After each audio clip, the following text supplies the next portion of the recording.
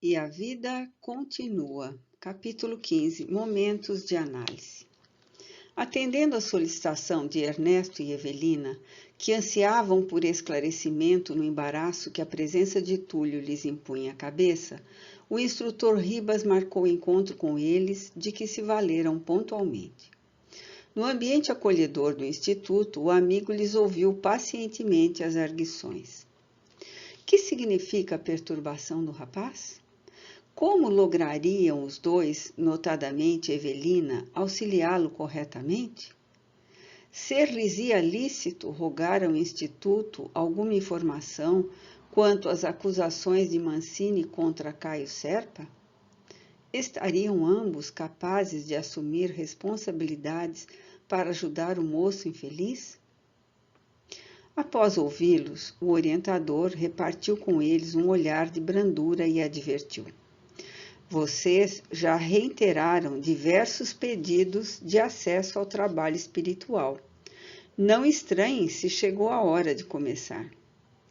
Depois de uma pausa transformada em sorriso, Túlio Mancini é o marco de início da obra redentora que abraçam. Investiguem os próprios corações, especialmente nossa irmã Evelina, e verifiquem a pena que as dificuldades dele lhe causam.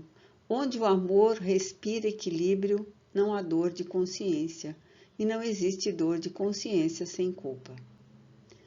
Ó instrutor, clamou a senhora Serpa, diga por gentileza tudo o que devo fazer. Falar-lhe-eis como a filhos, porque entre pais e filhos não prevalecem suscetibilidade. Mudando de tom. Irmã Evelina, que sensação foram as suas, vendo-se a sós com o amigo recém-visto? A moça, que formulara o íntimo propósito de arrostar a verdade, fossem quais fossem as consequências, admitiu. Sim, ao rever-me a sós com ele, sem ninguém, a observar-nos, como que me detive nas lembranças do passado, quando supunha haver achado nele o homem de minha preferência. Senti-me transportada à juventude. E então, o mentor benevolente completou a frase retenciosa. As suas próprias vibrações lhe encorajaram a agressividade afetiva. Entretanto, recordei às súbitas os meus compromissos conjugais e contive-me. Fez muito bem, contrapesou Ribas. Ainda assim, o seu coração falou sem palavras, provocando nova sequência do desajuste emocional de que Mancini foi vítima na experiência terrestre, em grande parte motivado por suas promessas não cumpridas. Oh, meu Deus! Não se aflija. Somos espíritos endividados perante as leis divinas e estamos situados na faixa de expressiva transição, a transição do amor narcisista para o amor desinteressado. Temos teorias de santificação para o sentimento, mas, na essência, somos, na prática, simples iniciantes. Na esfera dos pensamentos nobres, assimilamos o influxo dos planos gloriosos. Todavia, no campo dos impulsos inferiores, carregamos ainda o imenso fardo de desejos deprimentes, que se constituem de vigorosos apelos à retaguarda. Impressionado, Fantini aparteou. Quer dizer que o homem terrestre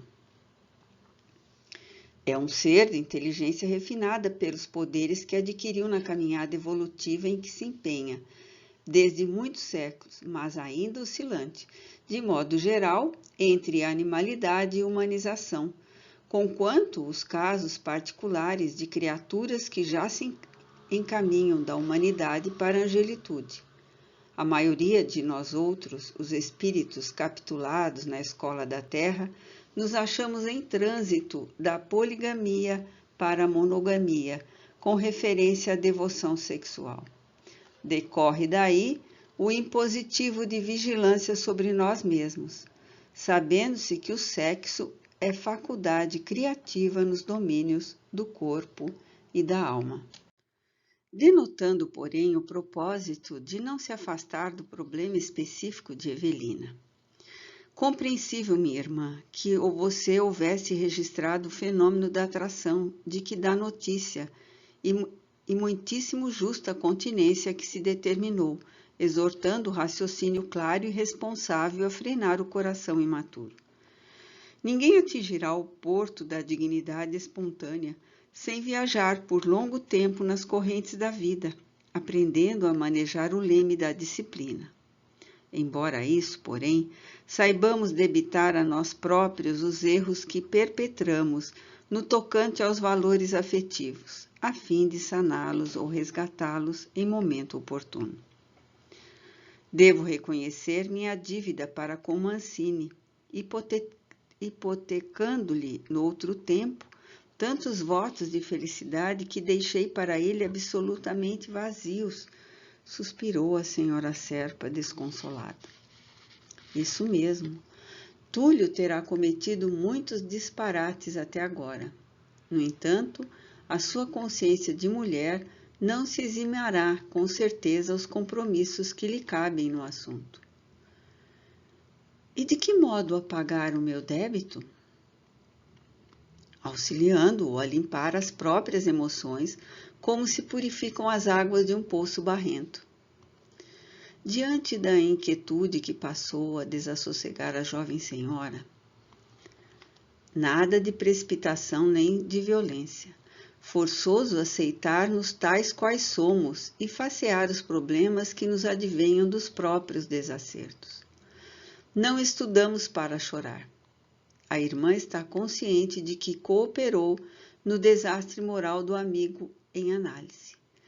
Vejamos serenamente o que lhe será possível fazer agora, de maneira que se reponha na estrada certa. Pequenina quanto sou, que conseguiria realizar? Suplicou a moça humilde. Ribas recorreu a largo móvel em que se adivinhava complicada peça de arquivo, e sacando uma ficha explicou que ali jazia sumariados todos os informes que Evelina prestara em seu primeiro contato com o Instituto. Em seguida, elucidou que, de posse da versão doada por ela mesma acerca dos acontecimentos que lhe haviam atormentado a existência, ele, Ribas, providenciara a obtenção de conhecimentos complementares, alusivo à senda que ela escolhera trilhar.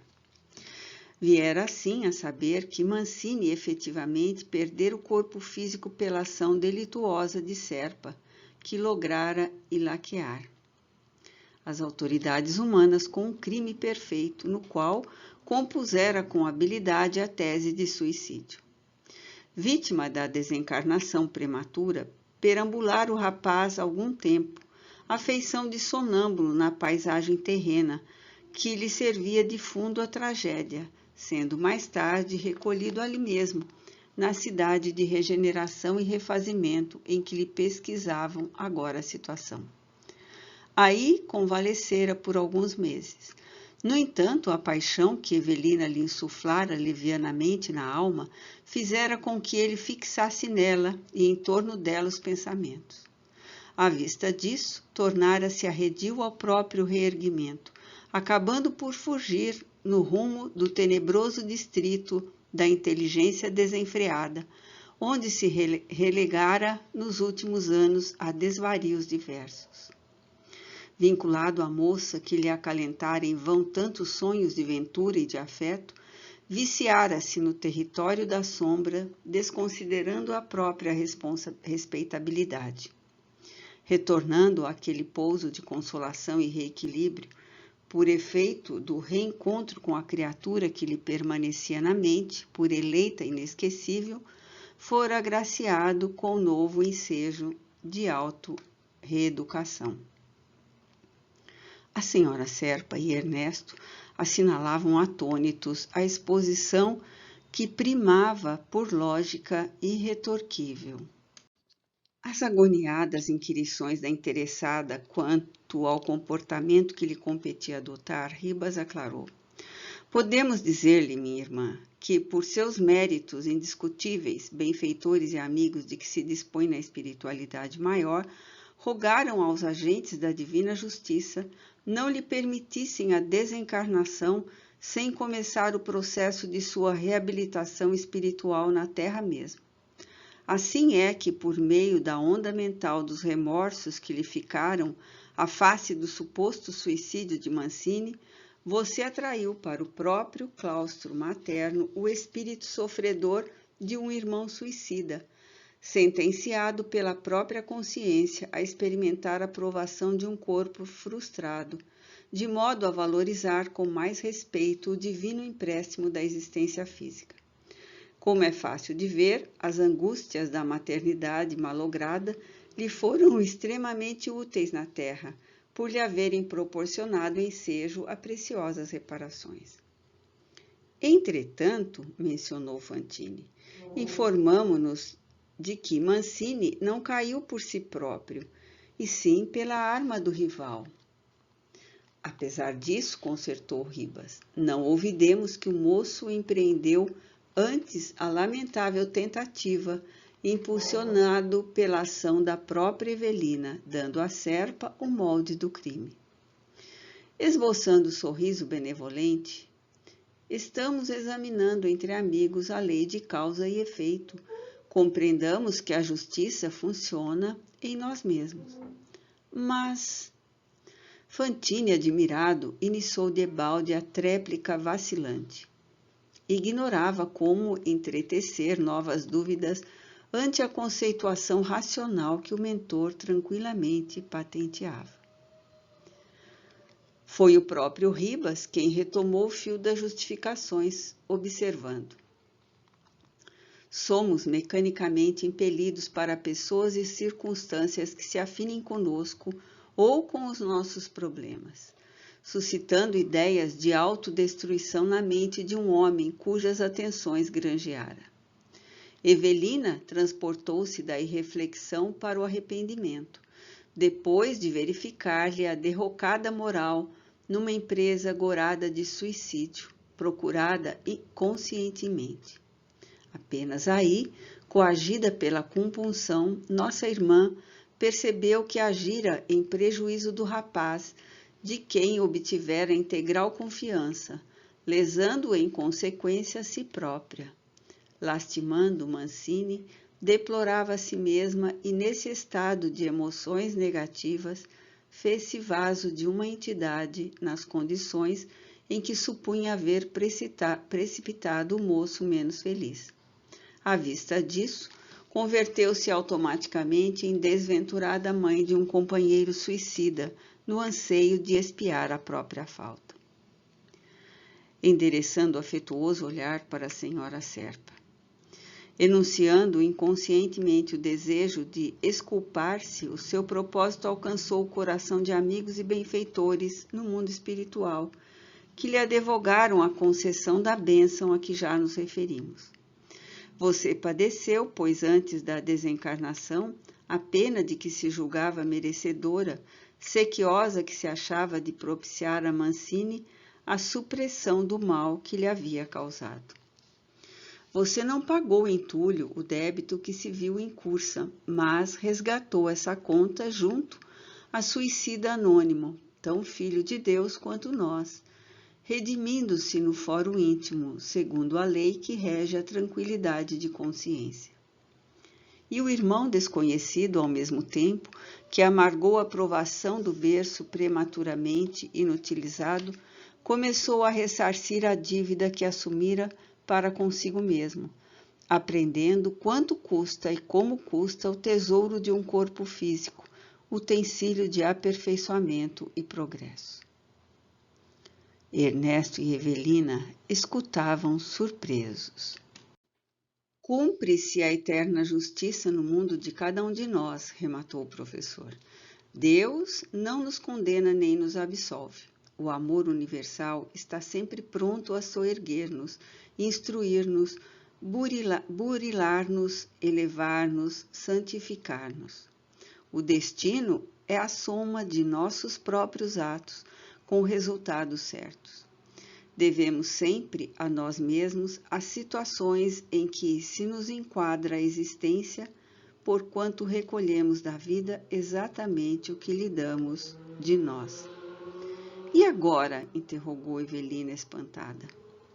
As circunstâncias trouxeram-lhe o credor ao ambiente pessoal, porque você, minha irmã, está felizmente em posição de prosseguir no trabalho restaurador. Que fazer, meu amigo?